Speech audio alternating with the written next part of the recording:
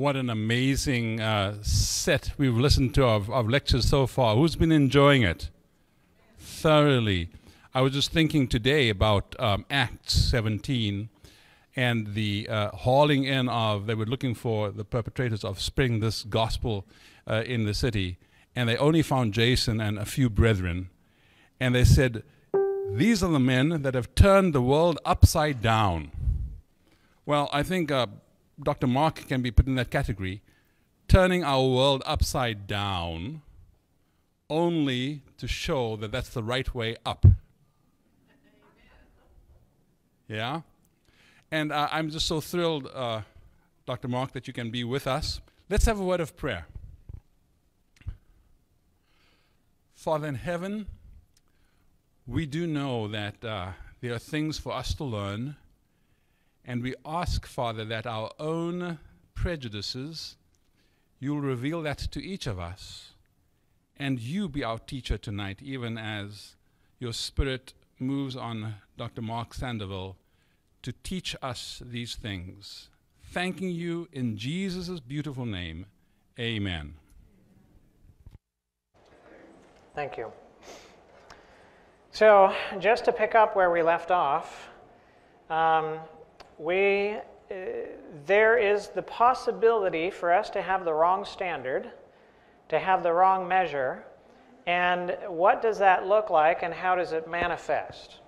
And so that really comes down to the fact of believing lies. And again, one of the lies that we believe is, it's about me. This is a fundamental lie. This is not picking on any single individual. We're talking about humanity. And we're talking about humanity since the fall in Eden, right? This is not how God created us, but this is how things have happened since the fall. And so we have this thought, it's about me. And because we have this thought, it's about me, then we take things personally. So if you have a cat and the cat knocks the cup over and now there's water all over the table, how come it's water that's all over the table? The cat knocked over the cup, right? Well, you bump into the table and the cup spills over and now there's tea all over the table. How come it's tea that's all over the table? You bumped into the table, all right? So the earthquake comes along, shake, shake, rumble, rumble, and the cup falls over and now there's milk all over the table. How come it's milk that's all over the table? Because the earthquake shook it. And the friend comes over and they bump into the table and the cup spills over and now there's grape juice all over the table. How come it's grape juice that's all over the table? Because it's grape juice that's in the cup. Ah, all right. So it's not water that comes out because the cat spills it over. It's not tea that comes out because you knock it over. It's not milk that comes out because the earthquake that knocks it over. And it's not grape juice that comes out because your friend knocks it over. It doesn't matter what knocks over the cup. What comes out of the cup comes out because that's what's in the cup, right? If there was nothing in the cup, nothing would come out, right? If there was nothing in the cup, nothing would come out. It's true for people too, right? It's true for people as well. That it doesn't matter what knocks someone over.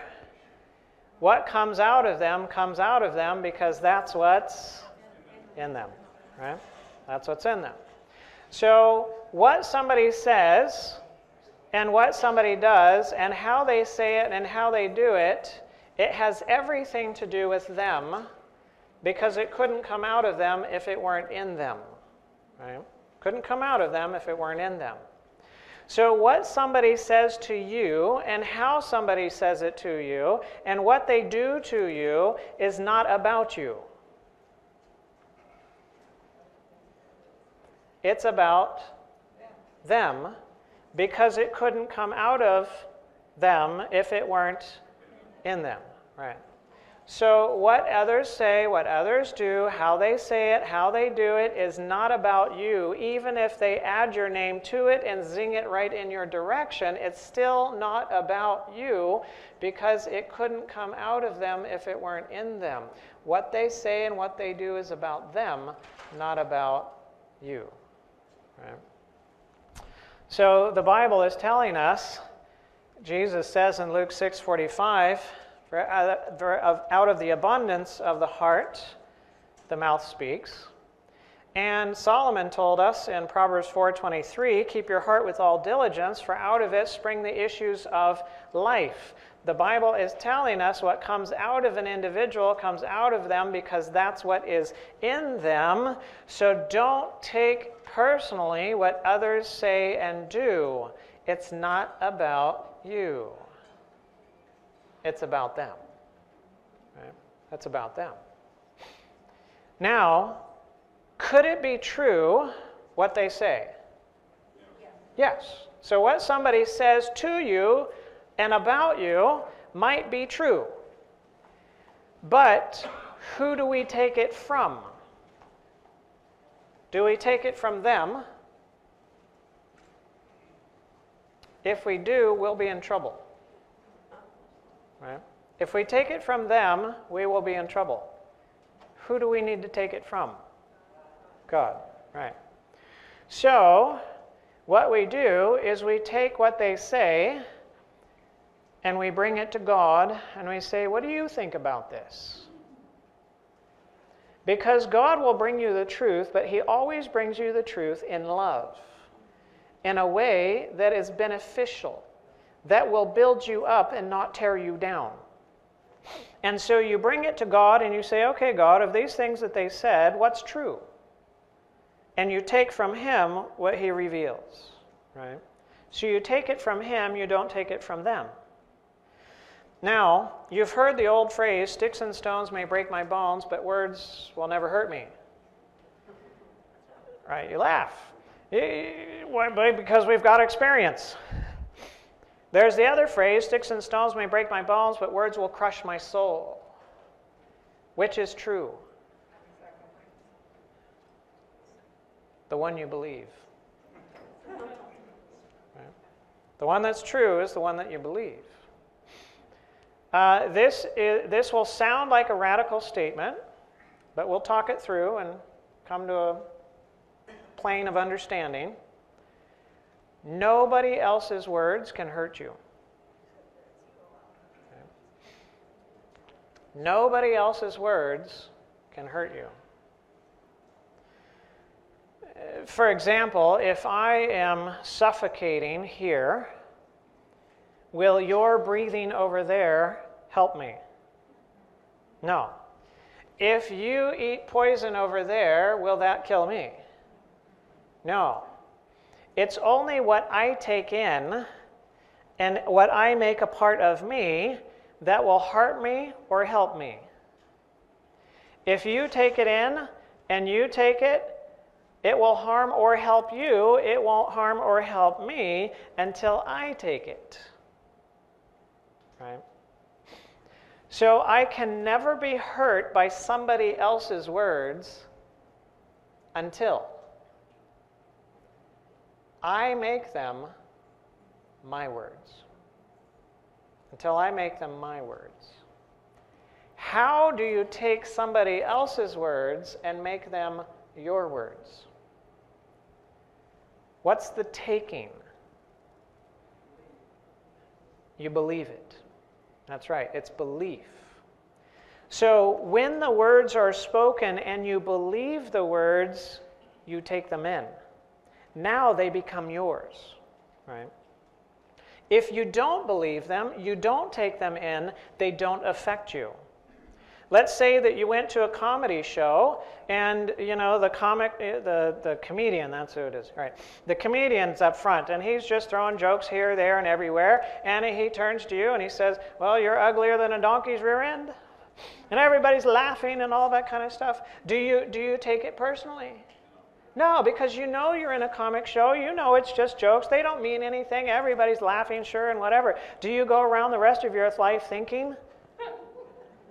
No, you don't go, you know. But if your mother told you that, guess what? You take it right in. You make it your own. And then what do? You look in the mirror and you repeat it. And you repeat it. And you repeat it. And you repeat it today, and you repeat it tomorrow, and 3 days from now, and next week, and the week after that, and the month after that, and the year after that, and 10 years down the road, you're still repeating it. You can never die from somebody else's words. You can only die by your own words.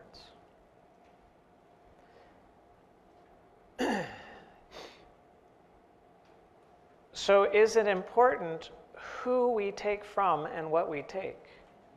Yeah. Because we will either kill ourselves or we will open a channel of life by what we believe or what we don't. That's hard stuff, but we got to see it, right? We've got to see it. And stop blaming everything and everyone around us for the chaos that's going on inside. Because we have an individual responsibility for what we take or what we don't. Now, I don't want to sit here and blame everybody as if everybody's horrible people. I do this too. It's humanity. It's human nature. We, in our current state, can't help it. In our current state, we can't help it. So there's something that we need in order to get us over that, right? Something that we need in order to get us over that. I'm just highlighting what the problem is right now. We haven't gotten to the solution yet, right? But hang on, we're going to get to the solution. So you can never be hurt by someone else's words. You can only be hurt by your own words. And you make them your own words when you believe them. When you take from others and you take those words from them and you repeat it to yourself. Now, what somebody else says and what they do, how they say it and how they do it, it's everything about them. It's not about you. We don't have to take it personally. We shouldn't take it personally because it's about them. It's not about us. But the opposite side of the coin is equally true. It doesn't matter what they said. It doesn't matter what they did. It doesn't matter how they said it or what they did it. It doesn't matter how much sleep you got or you didn't get. It doesn't matter how much pressure you were under or pressure you weren't under. It does not matter. What comes out of you only because that's what's in you. That's what's in you, right? So if anger comes out, then guess what? Then anger is inside, even if you don't think it's there. Because it couldn't come out if it weren't in there. And if you go around blaming everybody else for how you respond because of what they were like before you responded, guess what? You'll never learn your lesson.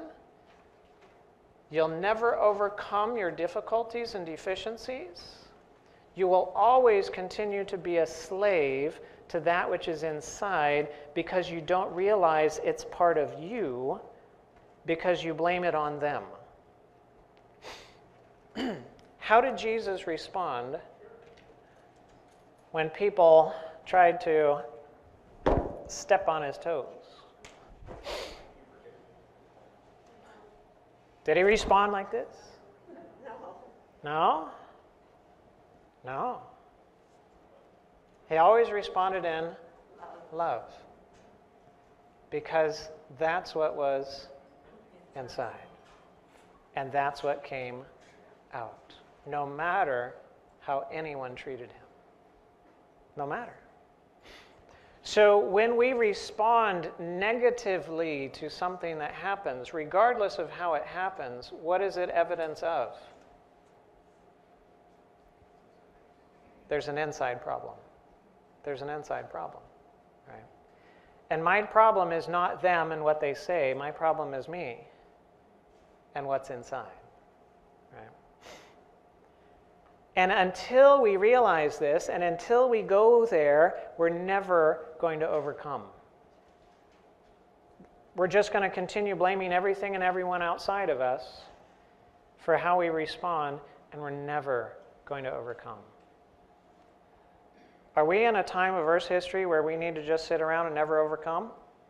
No, not at all. Not at all. There's got to be overcoming, so we got to learn this stuff. Do you need love? All right, good. Yes, we do. What's the definition of a need?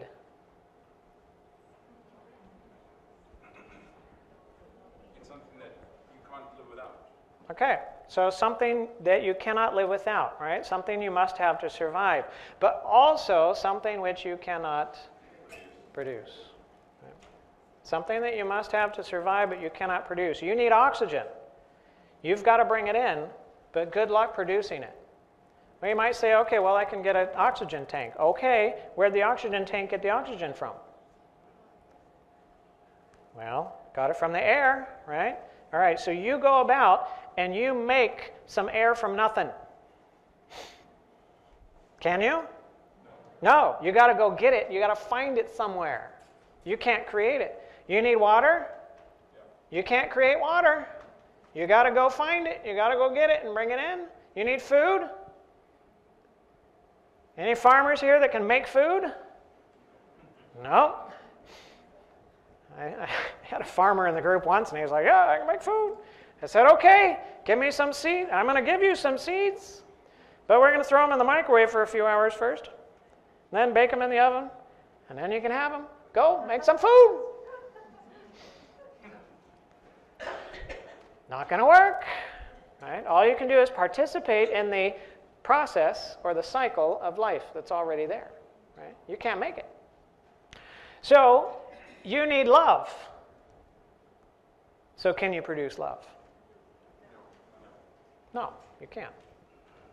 So is that just our problem in this room, or is that everybody's problem? That's everybody's problem. Nobody can produce love. But everybody needs love. So if you have a whole bunch of people that can't produce it and a whole bunch of people that need it, and we're still alive, then what does that mean? What's the conclusion? There has to be a source of love that is outside of humanity. There has to be a source of love that is outside of humanity, and that source is exactly the love we need. Exactly the love that we need. Else, the whole species would be gone. Right? So, do you need a love that is full or a love that's incomplete? Do you need a love that's eternal or temporary? Do you need a love that's unselfish or selfish? Do you need a love that's personal or impersonal? All right. So you need a love that's full, that's eternal, that's unselfish, that's personal. Praise the Lord, hallelujah. Yes, that's true for every single one of us, and I don't care which continent I've been on and talked about this. Everybody agrees it's the same. That's the kind of love that we need. Now, what if you believe you can find it here?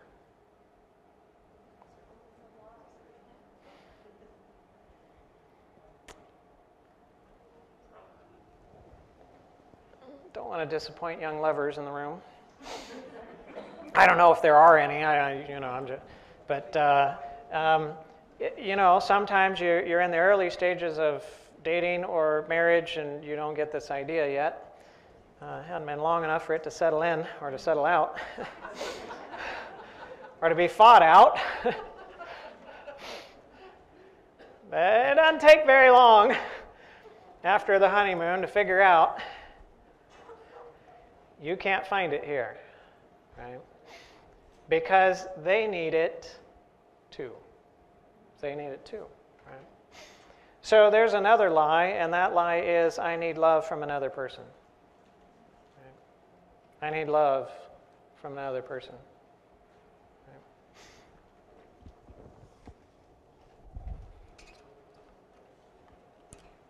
Is this too harsh?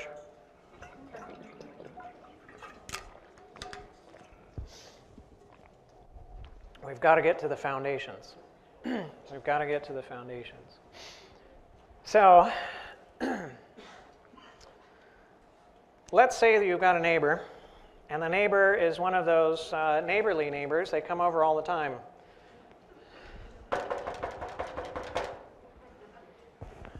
They want some flour. Come back later. They want some sugar. They come back later. They want some eggs and butter. They come back later. They want a bowl and a spoon and a baking sheet, right? Well, one day it's one of those special knocks.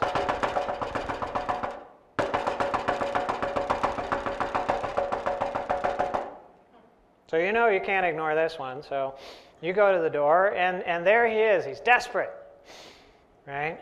But it's a different desperation. I mean, there's some real desperation going on in his voice. Why? Because they found out recently that their child has come down with a terminal condition. And the physicians have given the diagnosis. They've said, sorry, there's nothing that we can do. We suggest hit your bucket list.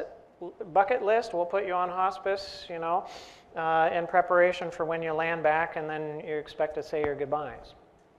Well, they aren't happy with this, and they do one of those unusual things, and that is do an internet search and go past the first page of results. And they go to the second page, and the third page, and the fourth page, and the 8th page, and the 10th page, and the 100th page, and the 300th page, and somewhere down there they find that there's some center off in Russia, and it's figured out how to treat this condition, and they got a 50-50 success rate on this, and you know, but you're not Russian, he's not Russian, and the daughter's not Russian, and so you know, they want payment up front, and it's only $5 million. And so he's coming to you for $5 million. How many of you are going to give him $5 million? All right, that's a problem, huh? All right, so a bunch of cruel people. Nobody's going to give them $5 million so that they can go save their daughter, or at least give her a 50% chance of life. Well, you can't give what you don't have. Can't give what you don't have. So maybe you've got $1,000 that you can put towards this, and so you give them a $1,000 donation. They come back later. Want the $4,999,000. They come back later, and they want the rest of the $5 million. And they come back later, and 3-4 times a day, they're coming and knocking on the door, and they want the rest of the $5 million. And this goes on from day to day. How do you feel? Okay. So you're irritated, right? You're frustrated. Why? Because they're coming to you to get what you don't have. You don't have what they need. And how do they feel? They're frustrated too. Why? Because you're not giving them what they need. Welcome to relationships. Welcome to relationships. You have one person going expecting the other person to be the source of what they need. A love that's full and eternal and personal and you know, and so you go for that kind of love from somebody else, and guess what? Can they provide it? No. And so you end up empty, or at least partially so, and there's disappointment, and the other one sees that you're disappointed, and they think that they should be able to supply your need, and now you're disappointed, and that need isn't supplied, and so then they're frustrated too, because they think they should be able to, and they're not able to, and everybody's frustrated at everybody else. Why? You're going to the wrong place, barking up the wrong tree, trying to go find love where you can't find the love you need. Okay. Now, does that mean that human beings cannot be a channel of love? Yeah. All right. Human beings can be a channel of love. But have you met one that's a perfect channel of love? No, because you haven't met Jesus yet. Right? So it's going to be in some way deficient. When you run into somebody else, there's going to be some way deficient. And if you continue to eat on a deficient diet, guess what? There's going to be consequences. There's going to be effects that come because of that. There's another lie: others must meet my needs. Right? That's kind of runs together a little bit, but different ways of looking at it. Others must meet my needs. This comes into a concept. I'm going to put a sermon together one of these times called Eaters or Feeders. Eaters or feeders? Are you an eater or are you a feeder? Right? And what is the purpose of the relationship? Is the purpose of the relationship for you to eat, or is the purpose of your relationship to feed? Right? It makes all the difference in the world. Makes all the difference in the world. Now, is it appropriate to have an eating relationship? Yes. With whom? God. With God. The relationship with God is an eating relationship. We are to eat from Him, right? He is the bread of life. He is the water of life, right? He is the sustainer of all that there is. We are to come to Him and we are to eat to the full. Man does not live by bread alone, but by every word that proceeds from the mouth of God, right? So He's the source. We are to come and we are to eat from Him. The relationship with God is an eating relationship. What is the relationship with others? It's a feeding relationship. That's what the law shows us, that we are to take from God as our only source and we are to give to others, right? So the relationship with others, according to the law, is a giving relationship, not a taking relationship. But everybody who enters into marriage does so hoping that they might banquet for the rest of their lives. Right? And the spouse is the main course. And so we hope to eat from each other and be fed by each other for the rest of our lives, and as long as the eating goes well, the relationship goes well.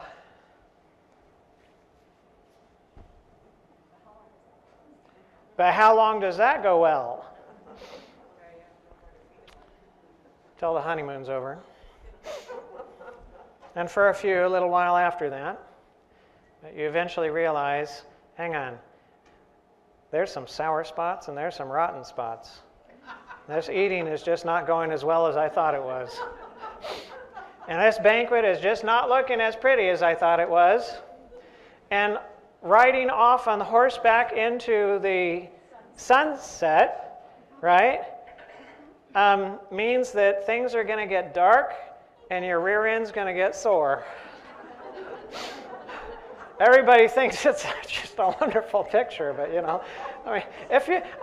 come on. My wife and I have been married for 22 years. I mean, we're not we've been around the block a few times. We've kind of figured this stuff out, right? Others are not there to meet my needs. God is there to meet my needs. He is there to meet my needs. Others are there for us to give to. What would it be like if you married somebody with the objective of giving to them for the rest of your life? Yeah. There would be so many problems that you wouldn't have. So many problems that you wouldn't have. We're going to run into some scenarios and look at them tonight. Whose responsibility is it for me to be filled with oxygen? It's mine. I got to breathe. Whose responsibility is it for me to be filled with water? It's mine. I got to drink. And whose responsibility is it for me to be filled with proper nutrients? It's mine. I got to choose it and eat it. So have you ever been empty when it comes to love? At least felt that way. Yeah? I mean, I have. Yeah? Whose responsibility is it for me to be filled with love? Is it God's? Or is it mine? It's mine. You know, we're told God does how many things well? All things well. How often does he do all things well? All the time. If it was God's responsibility to fill us with love, how full would we be? Completely full. How often? All the time. So if you are ever even once less than 100% full of love, that one bit of time that you're less than 100% full of love is your evidence it's not God's responsibility to fill you with love. It's your responsibility to take the love you need so that you might be full. It's his responsibility to make sure it's available. It's available. Imagine you were fasting. You went on a week-long fast, drinking water, little salt, and now you're going to break that fast. And there's this restaurant in town, and it's a buffet, and it's plant-based, whole food, healthy for you. Everything is good. It's got hundreds of options. I mean, it's got this huge salad bar with all this stuff here. Some of it you don't even know what it is, and you know, all of these dressings and toppings and hors d'oeuvres and entrees and even desserts, and it's all good for you.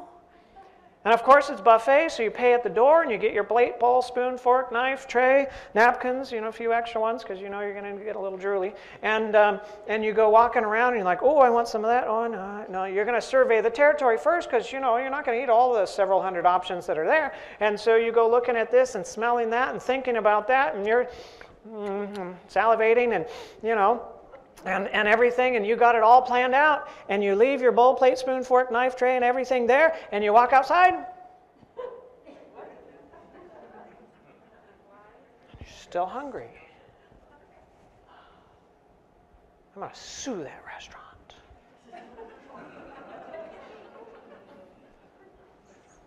You think I'm going to get very far with that? No, you're not in California. Sorry, if anybody's watching from California. Sorry, Newsom. And so, no, you're not going to get away with that. Why? It's not the restaurant's responsibility to feed you. It's their responsibility to provide the food and to make sure that it meets certain criteria. It's your responsibility to take what you need and eat it, right? Same thing is true spiritually. God has a buffet of love. And that buffet includes all different aspects of love, including grace and security and belonging and truth and mercy and freedom and acceptance and justice. And yes, it has some other dishes we don't really exactly care for, like self-sacrifice and self-denial and delayed gratification and other things like that. And we're like, no, not that stuff. But it's got everything we need, right? So God's buffet of love, when is it closed? Never. He said, I will never leave you nor forsake you. Hebrews 13:5. It is always open 24 hours a day, 7 days a week, 365.25 days a year. It's never closed. You can always go there, and it's always open. Will you ever go there and your favorite dish is wiped out? No. He says, I have loved you with what kind of love? An everlasting love. It's an everlasting supply. Nobody will go there before you and finish out the dish before you get there and you go, oh no, it's gone. No, it's an everlasting supply. It's always open. It's always full. And beyond that, it's always free. Ho, everyone who thirsts, come to the waters, and you who have no money, come buy and eat. Yes, come buy wine and milk without money and without price. Now, it's not that it doesn't cost anything. It's really expensive. But he paid for it so that you can go for free.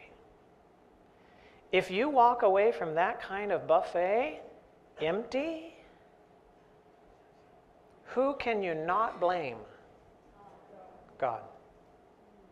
Don't blame God if you walk away empty, because it's not his fault. It's your own. Because only you can do the taking. Right? Only you can do the taking. But before you start beating yourself up, recognize it's not the only buffet. There's other buffets out there. Buffets of selfishness. And they come in all sorts of faces and places and varieties, and they're all sitting here today too, and standing up front talking as well. And so there's all sorts of buffets of selfishness that are out there, and it has some nice tasty dishes like pleasure and power and popularity and possessions and position and so on, but it comes along with some other stuff too, like fear and control and manipulation and injustice and lies and betrayal and abandonment and abuse and rejection and so on and so forth. It's got all that kind of stuff there. You ever heard the phrase, you are what you eat? Yeah. You eat that apple, you swallow it, you get it down, it digests. Some of it gets into the bloodstream, gets around, gets into the fluids around the cells. Some of them take it in, becomes a part of the cells, becomes a part of who you are. Now, it takes a process of minutes to a few hours for that to happen, but when it comes to spiritual things, it's just like that. You ever had a situation where things were going well, life was good, maybe you got a raise, you were commended at work or something like that, and you come home and you're just breaking through and you've got smiles on your face, and you come in and you met Mr. and Mrs. Grumpy there. And they're like, why are you smiling? Oh, it's so sickening, I can't stand it. Just wipe that off your face. How long does it take you before you're like, right? It doesn't take very long at all. It's just like that. Why? Because spiritually, it doesn't take very long to eat something before it's in, and you can spit it right back out. Right? Now, your outcome is not dependent upon what somebody else around you is saying and doing. It's not. Yes, there's that buffet, but it's not the only one. There's that one too. Right? The buffet of God's love is available anytime, anywhere, any place, any circumstance, any situation. It is there and it is available. And you have the option either to eat from this buffet or to eat from this buffet, and your outcome in any situation is not what they are like. Your outcome in the situation is, which buffet do you eat from? Is it from them or is it from him? Right. That will determine your outcome. So, God is trying to give us an option to take from here. But that doesn't mean that we don't have the option for here. But by His grace, He wants us to stop taking from here and to take from here. How often? All the time. All the time. So that it becomes the only buffet that you take from. Is there any example of someone who eats from this buffet and not from that buffet? Jesus. Jesus. If Jesus was having a good day, do you think He had good days? Yeah. If He was having a good day and He came home and He walks into the home and one of His brothers is just like, oh, I can't stand, you're so smiley and singy and whistly and all that kind of stuff. It's just so sickening. Can't you just be miserable for one day? Did Jesus turn right around and go, no. Did His mood change because somebody else around Him was Mr. and Mrs. Grumpy? Why? He wasn't eating from their buffet. It doesn't matter how they were like. It doesn't matter how they behaved. It doesn't matter what they say and what they do. He recognized what they say and what they do comes out of them. It's about them. It's not about Him. He's eating off of His Father's buffet. Do we have evidence of that? Yeah. John 2:24 and 25. Jesus would not entrust Himself to them, for He knew all people. He did not need any testimony about or from mankind, for He knew what was in each person. Jesus did not eat from others. He didn't. Never. Not even once. Who'd he eat from? From his Father. And what did his Father say? This is my Son whom I love. With him I am well pleased. Well pleased. So, if Jesus was around the Pharisees and they were saying, you are Beelzebub, what was Jesus thinking? I'm the Father's Son. And he loves me. And I'm well pleased. And he's well pleased with me.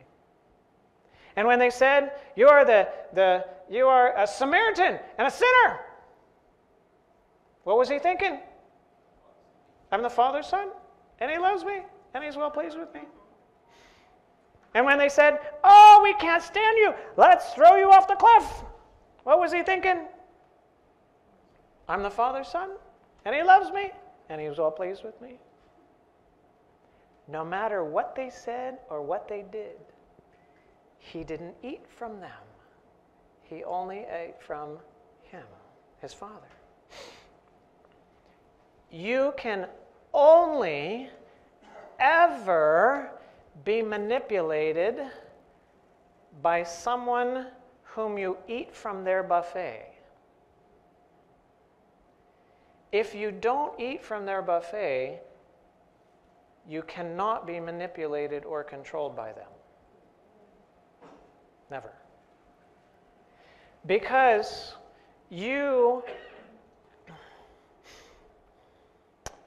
nobody can ever take control from you. You can only give control to them for them to use. And you give control to them for them to use by making them your source. And when you make them your source, then they can control, then they can manipulate, then they can threaten, then welcome to life. But guess what? Jesus was free from all of that. He was free from all of that. He was never controlled and manipulated by another person. He was never threatened by them. He was never disheartened. He was never elated. You couldn't butter him up and you couldn't tear him down because he never ate from another person. He always ate from his Father. And he lived that kind of life not to be an enigma and an anomaly. He lived that life to be an example of what we, by his power, can be. And it is that kind of freedom that he died to purchase for us, so that we might be free from manipulation.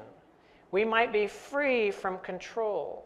We might be free from our slavery to others and what they think and how they speak, and we might be free from the personal hurts that come from all of those things. We might be free trusting in our Father who never changes, who says, I love you, you're my child, I'm well pleased with you. To live in that light gives confidence that no one can tear down. You want it? Yeah. Yeah, it's beautiful. The truth will set you free. Free from far more than you ever thought the truth could set you free from. But when we believe the lies, that's what holds us in bondage. The believing the lies. There's another lie, and that is, it's mine. Again, a fundamental lie, it's mine. So let's imagine the individual in your life that you love the most, You want to get them just the perfect present. It's an anniversary, birthday, some kind of celebration coming up in a few months, and you want to get them that perfect thing. So you go shopping and looking around, and you find it. It's it's just perfect for their personality. They're going to love this one. But it's expensive, and so you've got to spend a few weeks or a couple of months saving money aside so that you can actually buy this one for them. And you do, and you get it, and you wrap it up nicely, and the day comes. And you go up and you walk up, and they open the door. And with a smile, you hand them the present. And they take the present, and they throw it on the ground, they stomp on it, and they slam the door.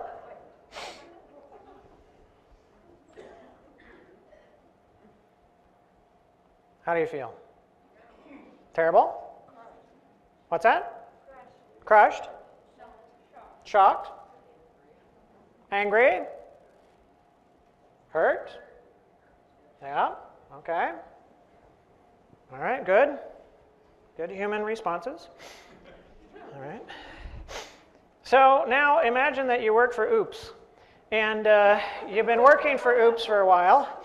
And you like working for Oops. You're one of those brown people, you know, you wear brown clothes, driving brown vehicles, carrying brown packages, going knocking on brown doors, and, you know, and so one day you stop at a particular residence, you grab the package for that residence, you go up to the door, you knock on the door, the resident of the home comes out, you have them sign for the package, they sign for it, you hand them the package, they take it, they throw it on the ground, they stomp on it, and they slam the door.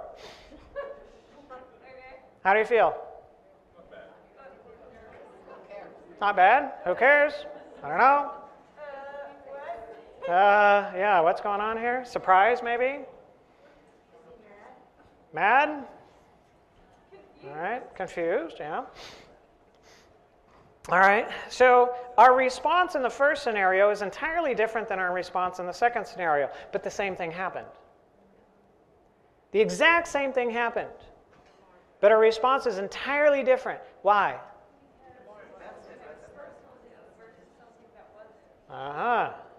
In the first scenario, it's mine. It's mine, right? That was my present.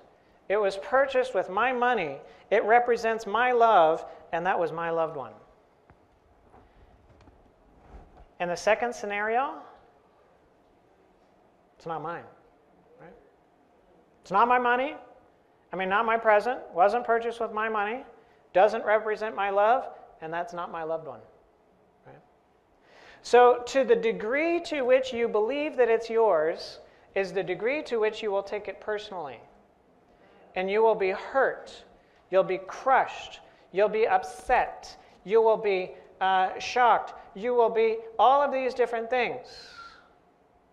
But the degree to which you believe it's not yours, you will have none of those responses because it's not yours. It's not about you. Right? In the first scenario, you're the owner. In the second scenario, you're the steward. Let me tell you this, God never intended for us to be owners. Because there's a whole heap of trouble that comes with being the owner. And He didn't want that trouble for us. God intended for us to be stewards, to save us from the trouble. Because freedom does not come to the owner, freedom comes to the steward, because it's not yours. You don't have to deal with it, right? There's a freedom that comes in being only the delivery person of someone else's goods. Are you the originator of the love? No, you can't produce it. You're only the channel of the love. But when you think that you're the originator of the love and the love is not reciprocated as you thought that it should be, then you take it personal. But when you realize all you are is a channel of that love, it doesn't come from you, it only comes through you, then if they don't drink from your hose, pour them. Pour them. They're the one missing out, right? In the first scenario, I'm upset and, these take things personally. Why? Because I didn't receive what I expected. Presents come with strings attached. Right? Come with strings attached. Expectations. Human love gives in order to receive. Human love invests in others. We put something of value in with an expectation of getting something of greater value back.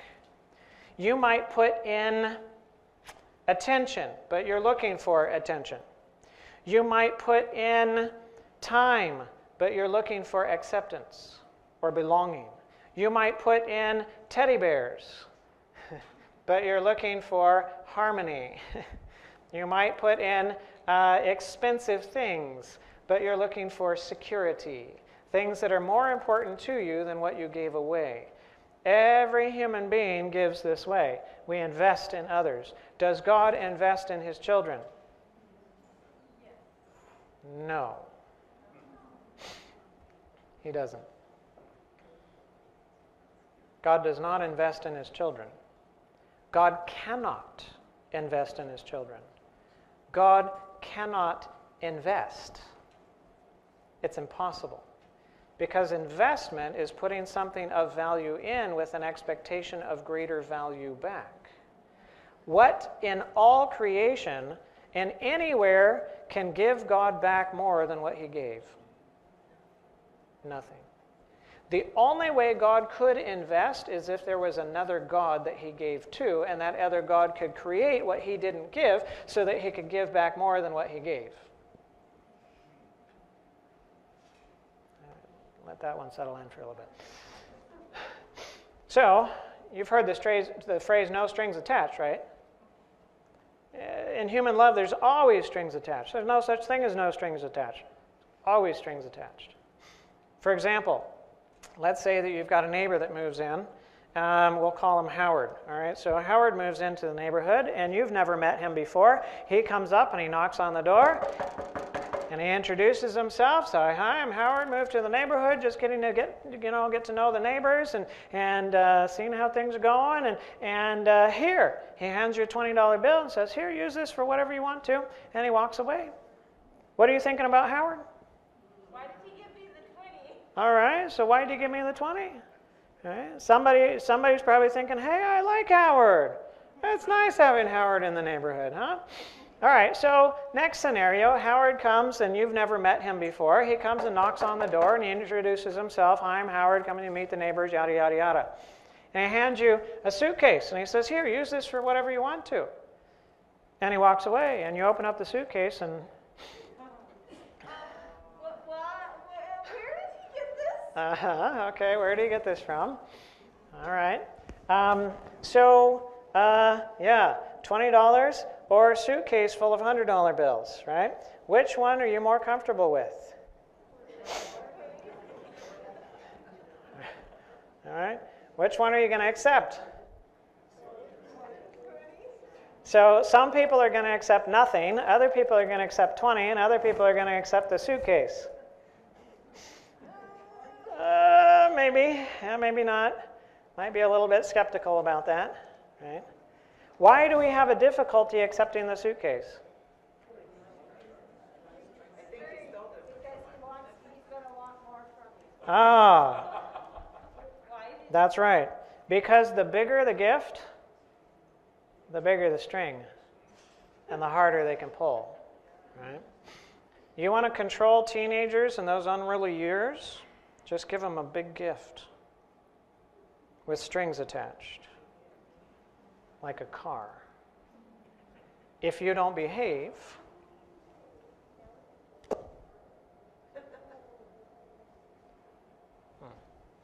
parental manipulation. So, how much return you need depends upon your expectations. How much return you need depends upon your expectations. As long as your expectations are met, we're good. But once your expectations are not met, there's trouble. Right? And who are the expectations for? Oh, that would be perfect if it was true. So who are my expectations for? It's for me. If you ever want to know where your motivation is, you'll never find out when everything goes well. Because selfishness and selflessness look the same when everything is going well. It's when everything falls apart. You'll find out whether the motivation was right or wrong by how you respond to the crisis. Right? Lie, I love you, is a statement of fact.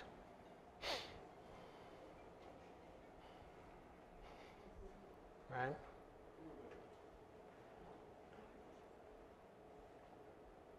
Anybody here believe that I love you is a statement of fact? All right, so you tell whoever you're telling I love you to, I love you, and they say, okay. And then you say, I love you, and they say, whatever. And you say, I love you, and they say, that's your problem. And you say, I love you, and every time you say, I love you, they have some kind of retort of that nature. And they never say, I love you. How long are you going to say, I love you? Once.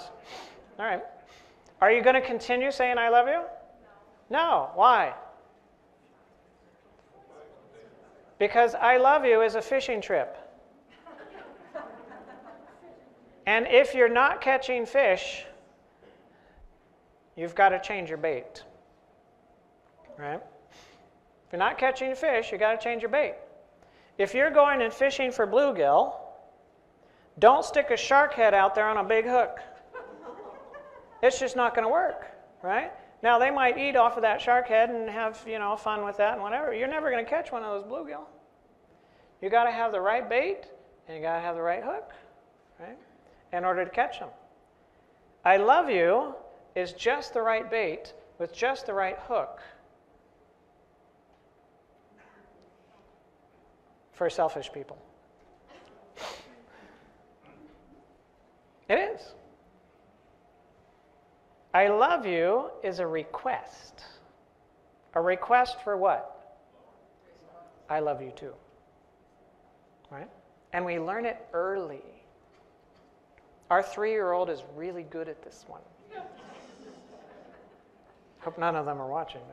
But he's perfect at it. He'll be going around and he'll be, whatever, and he'll be on the verge of getting into trouble. And I say, Mommy, I love you. Yes, yes. It's a tool of manipulation. I love you is. Of seeking to get I love you back. Right? Is I love you for you, or is I love you for me? It's for me. The motive behind I love you is for me. Now, that does not mean that nobody can say I love you and the motive might be for someone else. I'm not saying that it cannot be. I'm just saying that our common experience in humanity is that I love you is for me, not for you. In fact, every gift that we give to others is for us, not for them. Because we have an expectation of return, some kind of return. It might not be the same manner or the same way, but we were expecting at least an acknowledgement or a thank you or a hug or a smile or something of that nature from them. And when we don't get what we expect,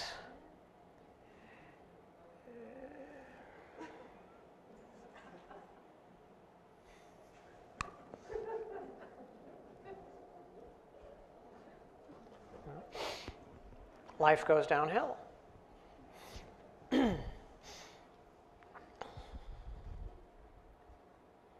There's another line.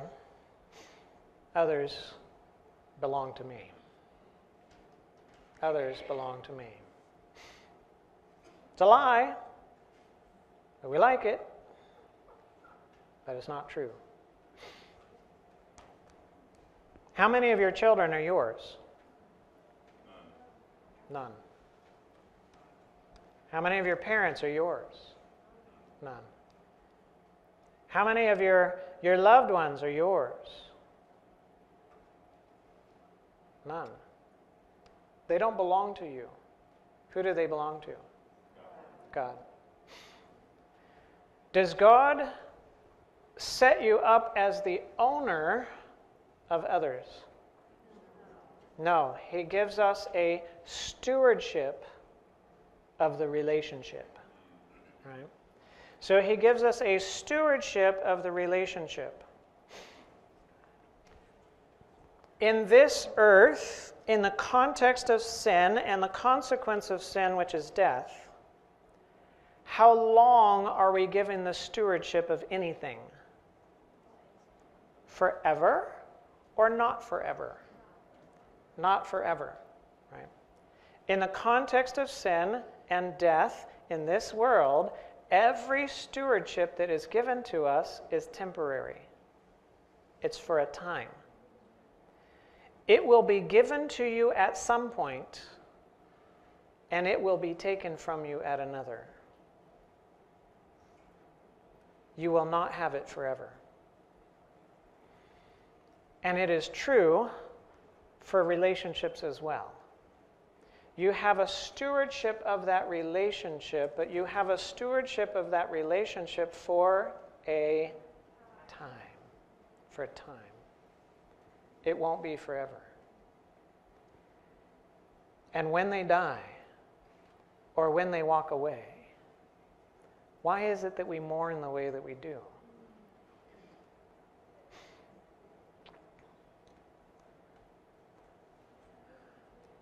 We mourn because we lost what was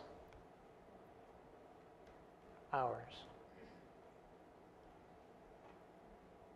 Really? Were they?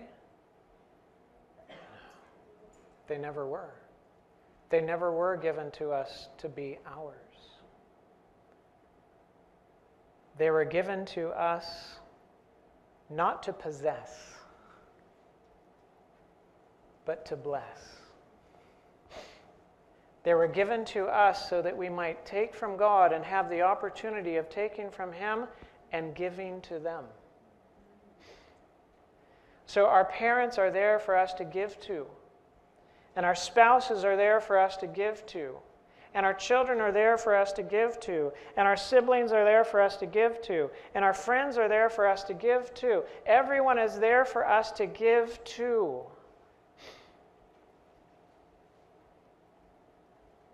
And when they're no longer there, have we lost our source?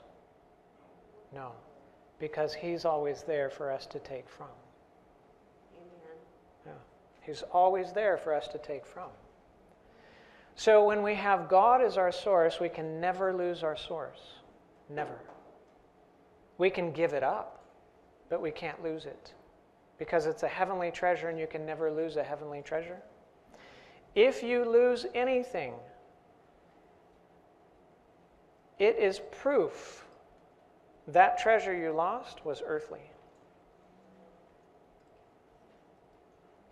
Because you will lose the earthly treasure. But you can never lose the heavenly treasure. Now, if we saw things from the correct perspective, would there be mourning when a loved one dies? Yes. But what would we mourn for? Would we mourn because we can no longer receive from them? Or would we mourn because we can no longer give to them? If you mourn because of what you cannot receive anymore, I guarantee you that mourning will destroy you. It will. I've seen it happen over and over and over. But if your mourning is because of what you can no longer give, that will never hurt you.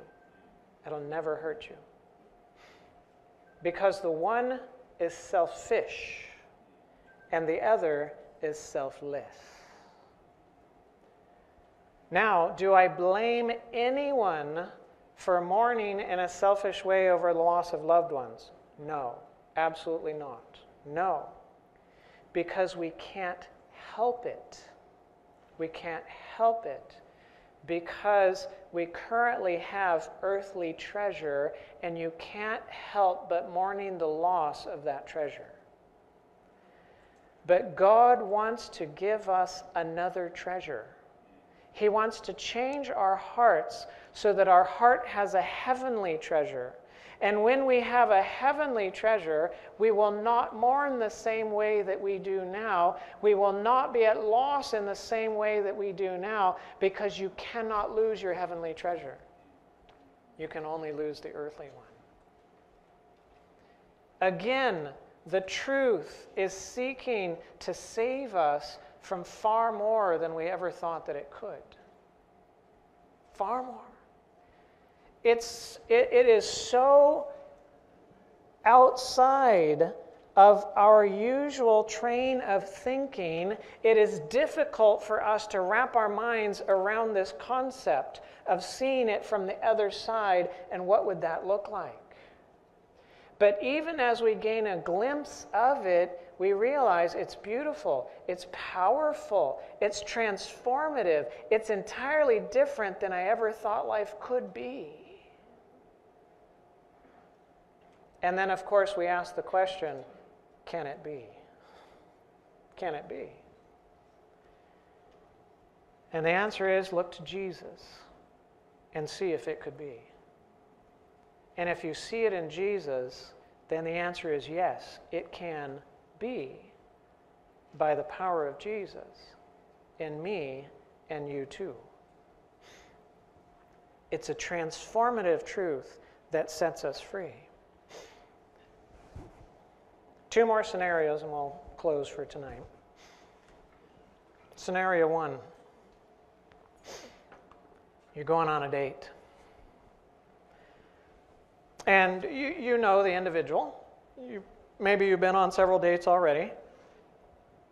And it's set up at a certain time and certain place. It's going to be at the restaurant, and you go to be there, and you show up early, and you get a table, and you tell the waiter it's going to be 2 of us, and they bring your water or your drink or whatever it is. They ask if you want anything to happen, now, and you say, no, I'm going to wait for them. And time comes for the date, and they're not there. And so you wait a little bit more. You text, no response. You call, no answer. 5 minutes later, 10 minutes later, waiter comes by, asks question again. Are you sure? Hold off a little. Well, let me order some hors d'oeuvres and whatever. And then you're waiting, and you're 20 minutes into this thing. You're 30 minutes into this thing. You realize, he's been stood up. How do you feel?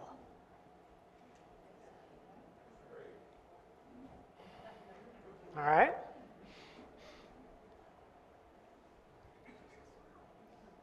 How you feel is your revelation of your motive for going on the date.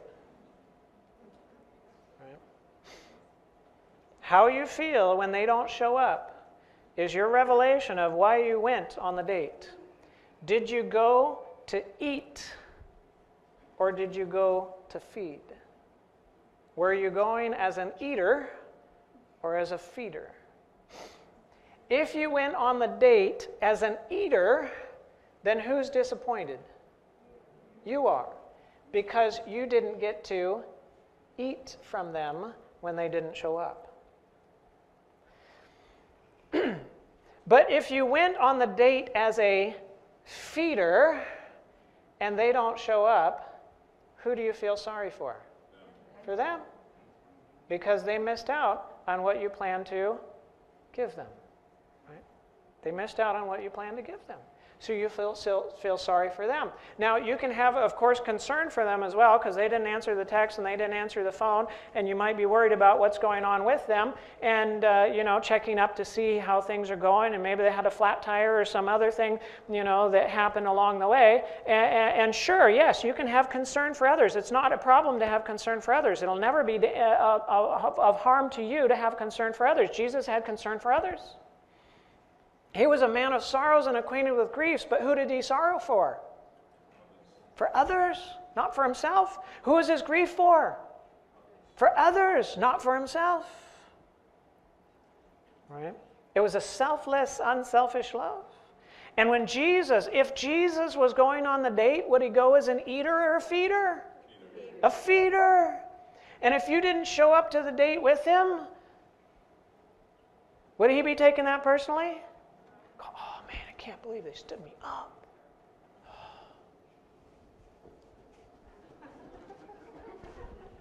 No?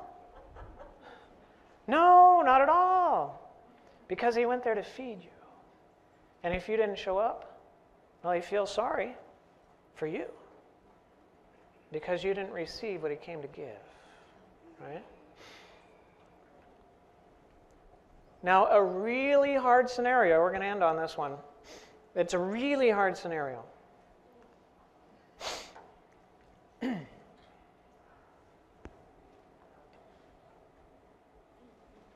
I'm not going to explain anything. But you have this scenario, this situation, which some can't comprehend, and that's good, and so we just don't need to explain it in the room since we have little participants.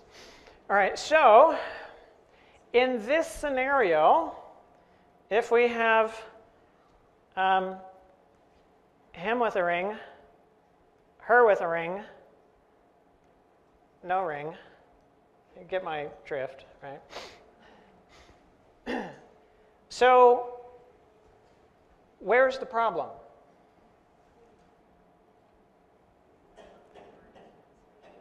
Well, the problem's here, right? But who usually has the problem? Her. Why? Because she takes the problem as hers. Right? She takes the problem as hers. I was dealing exactly with this scenario. I was at a camp meeting earlier this summer and counseling with a woman who was concerned about this very situation going on in her marriage and wondering how she is supposed to handle the feelings and so on associated with this kind of scenario.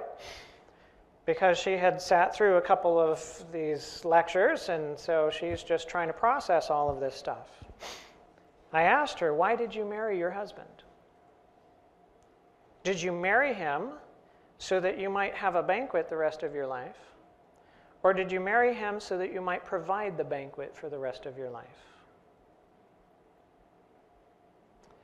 Well, if you married him so that you would have a banquet for the rest of your life, well, when he's no longer available because he's spreading himself thin, does that affect you? Yes. Does it affect you personally? Yes. Because you're not able to receive what you expect. Right? Now, if you married him to provide the banquet for the rest of your life, and he decides to go eating somewhere else, who has the problem? He does. Right? He has the problem. Who do you feel sorry for? Him. Right. What kind of deception do they need to be in to do this? Yeah. I mean, crazy deception in order to be able to do this. Who is it that is under the condemnation of God's law? Them. Who is it that will be paying the penalty for this? Them. Who is it that the pity is for? It's for them.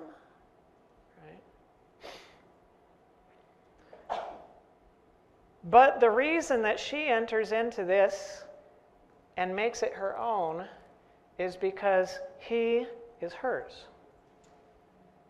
He belongs to her. He's her source, and her source is not behaving well. And if your source upstream is polluted, and that's what you're drinking from, then guess what? You get sick. You get sick and die. So she has the wrong source. He belongs to her. And now she kills herself because he's bad.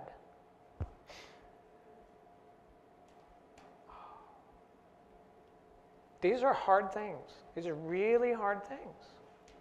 But it's real life scenarios. Now,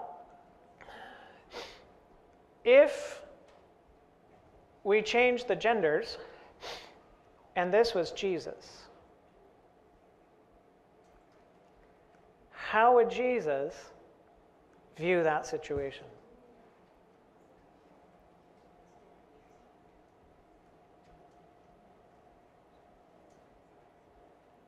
Would he be furious? If so, at who or what? Would he be furious at this one or that one? No. But he might be furious at the deception that leads them to do this. Because he's the source of life. If we're talking about, Jesus being here, he's the source of life. And so if they detach, if this one detaches, then they're choosing death instead of life. What a pity for the one who's choosing death rather than life. What a pity for the one who is going after that which will kill them, as if it's something that will save them. There's a divine compassion. There's a yearning for their salvation. There's a desire for them to come out of the deception so that they might be able to see things the right way so that they don't continue going and pursuing death anymore.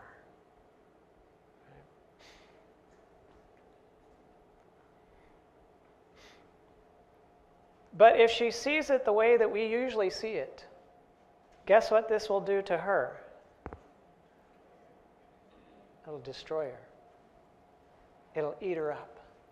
Because she'll keep looking at it from the wrong perspective. She'll keep thinking about it the wrong way. And she will kill herself by her own thoughts. Her own thoughts. Right?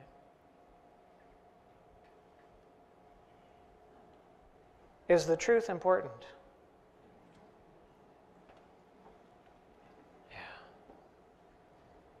Are our problems because we see things correctly? Or are our problems because we've got things upside down?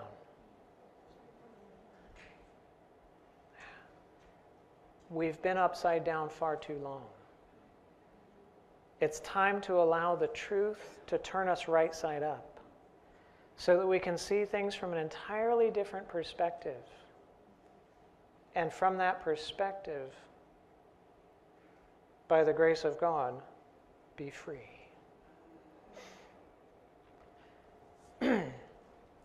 Now tomorrow,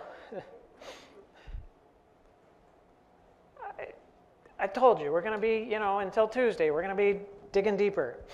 And then we're going to start coming out into the light, right?